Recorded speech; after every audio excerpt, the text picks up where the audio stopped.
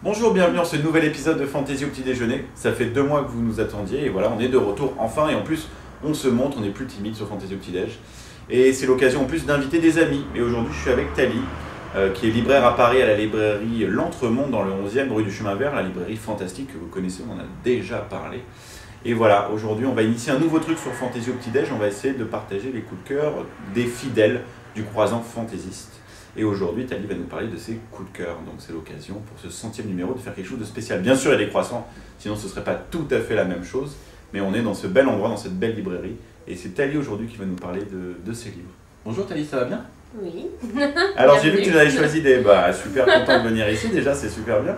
J'ai vu que tu nous avais choisi quelques coups de cœur, alors je ne connaissais même pas. Alors le premier c'est Le Chemin des Fées de Afonso. C'est sorti chez Nesty Venel, je crois, en 2005, mais ça vient de ressortir sur une maison d'édition que je ne connaissais même pas. Ça s'appelle comment? Ça s'appelle Le Komodo et en fait c'est une nouvelle maison qui depuis 2 ans s'évertue à ressortir des textes soit inédits, soit des rééditions sur lesquelles eux avaient craqué à l'époque. Donc ils sont en train de faire un petit peu la redécouverte du catalogue de Nesty Venel. D'accord, et ça parle de quoi alors Le Chemin des Fées? Parce que là, je vois, il y a un soldat avec un fusil et un monstre étrange. On se dit, oula, qu'est-ce que c'est que ça? Alors, c'est un mélange qui peut paraître un petit peu incongru entre la Première Guerre mondiale et la fantaisie. Alors, au début, je suis bon, qu'est-ce que c'est que ce délire? Et en fait, justement, c'est vachement bien. Parce qu'en fait. Ah ouais, ça marche. Le mélange Première Guerre mondiale, fantaisie, ça marche vraiment? Ça marche très bien, parce qu'au début, c'est une introspection d'un jeune soldat qui est très dépressif, qui se demande bien comment il va sortir un petit peu de cette guerre et qui croit plus trop en retour à la vie, qui est hyper déprimé. Ce jeune soldat qui est donc dans les tranchées va croiser différents personnages. Déjà, il entend le cri des banshees au loin.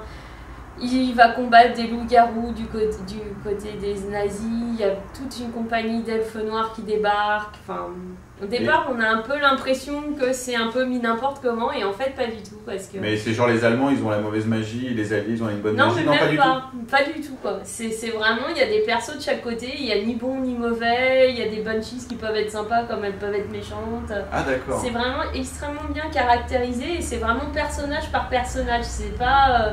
il y a des banshees, elles ont tel caractère, c'est vraiment... Chacun a un personnage.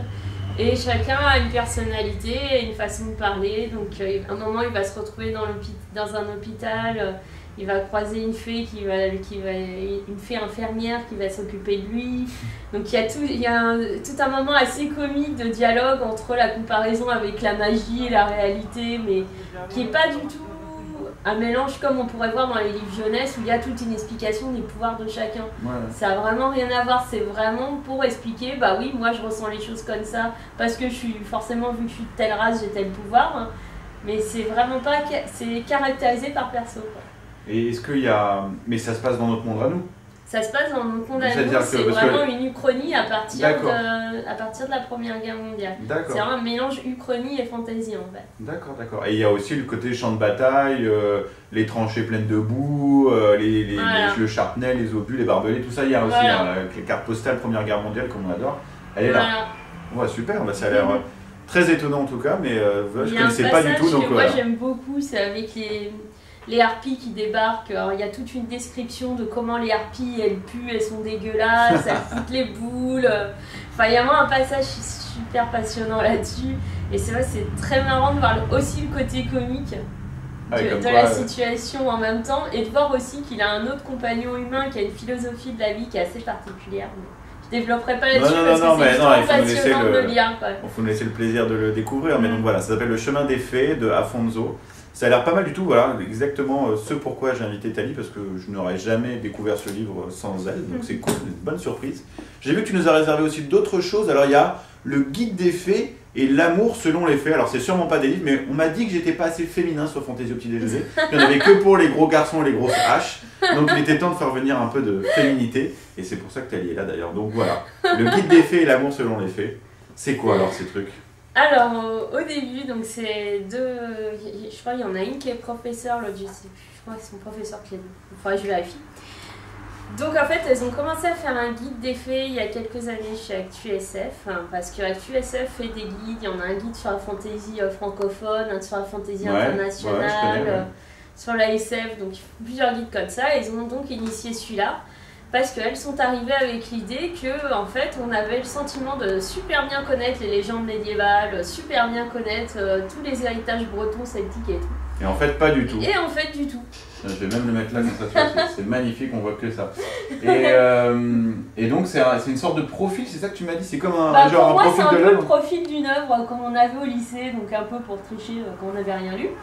Mais c'est un petit peu ça en fait, dans l'idée c'est un petit peu ça. Et en fait ce qui est excellent, c'est que c'est vraiment une présentation d'à peu près tous les grands archétypes. Ouais. Et en fait ce qui est vraiment bien, c'est qu'elle ne développe pas non plus pendant 3 heures comme dans les profils. Ouais, il y a sûr. vraiment des petits encarts où il fallait vérifier les références, que ce soit picturales, littéraires, et en fait on découvre énormément de choses. Donc comme quoi les faits sont partout. Mais alors j'avoue que celui qui m'a intrigué le plus, c'est L'amour selon les faits, où il y a marqué en tout petit manuel de séduction à l'usage de femmes d'aujourd'hui.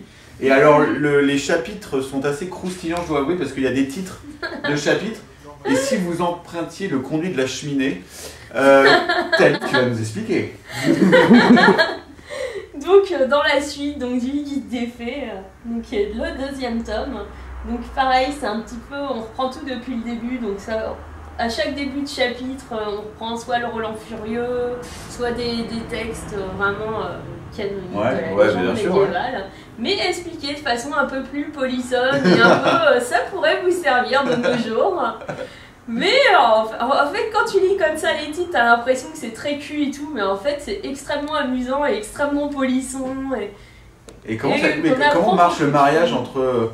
je sais pas, érotisme, guide pratique de la vie quotidienne et en même temps les faits, genre comment faire la fée dans le lit avec votre mari le soir. Non, c'est pas du tout customisez-vous en fait, faites des trucs bizarres au pieu, non.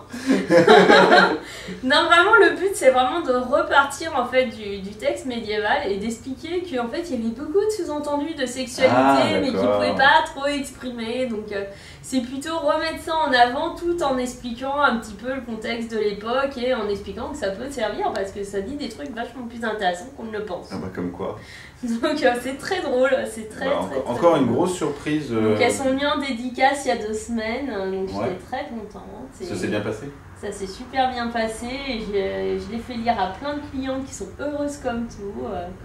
Donc voilà, donc si vous avez besoin d'un peu d'amour version fée, il faut venir dans la librairie Thalie, donc la librairie L'Entremonde rue du Chemin Vert. Elle vous accueillera avec plaisir, mesdames ou messieurs. Et puis voilà, nous c'est l'occasion d'avoir fait ce petit épisode spécial. Merci à Erwan qui est derrière la caméra pour son travail et son professionnalisme, bien sûr. Et on va se retrouver très vite pour un nouvel épisode. Et puis je vous dis, c'est l'idée maintenant, si vous avez envie de partager des coups de cœur, vous me dites. Je viens chez vous, on se retrouve chez Thalie, ailleurs, enfin il y a plein d'endroits sympas à Paris, mais chez Thalie c'est particulièrement bien sympa. Il y a un super rocking chair. Et il y a un super rocking chair, il y a un super caméraman, enfin les choses se passent très bien. Et puis merci à tous pour votre fidélité, j'espère qu'on va encore faire 100 épisodes comme ça avec vous. À bientôt et merci.